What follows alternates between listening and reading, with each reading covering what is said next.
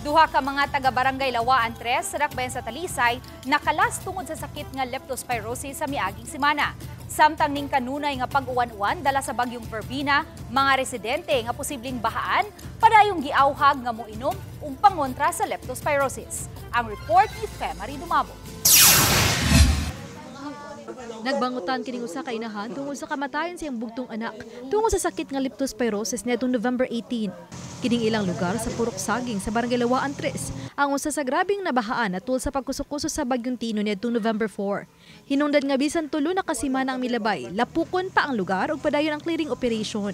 Matod ni Marisa ang inahan nga iyang anak nga si Jo Marie, 23 anyos, ang nanglimpyo sa ilang balay nga gibahaan ug sa kasilinganan nga nanghiyawat nga makakwarta. Ado na may gipanghatag ang Barangay Health Center nga tambal, batok, liptos apan giakon sa inahan nga wa kini mainom sa iyang anak.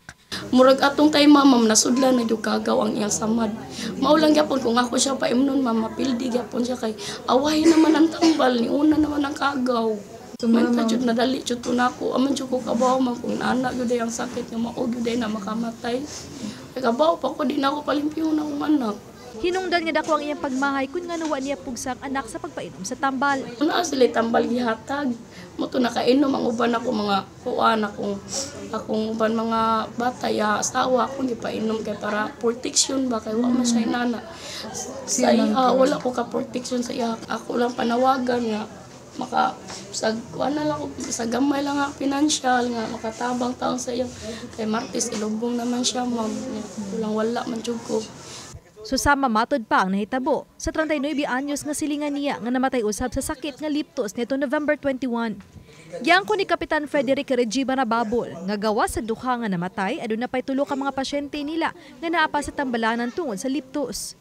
Hinungdan nga mas gihingusgan pa nila karon ang panawagan ug pag-apod-apod sa tambal, batok, liptos. Ilabi na nga nagsige na usab og uwan ug gikahadlukan nga posibleng masinati usab ang pag-awa sa tubig sa sapa nga moresulta og baha. Ang inahan na nagsiitambal, wag ko nag-inom kay wag ko siya kaon. Pero murag awahin na kay sige naman sa tugsaw sa tubig nahilantan sa kalit. So ang katong usa sa nanglimpyo sa tusiya na kun ni tablitas nga gihatag wa gyud ko na mainom kay wa mo gyud magkuha nga to ang city government nag roll out man denta.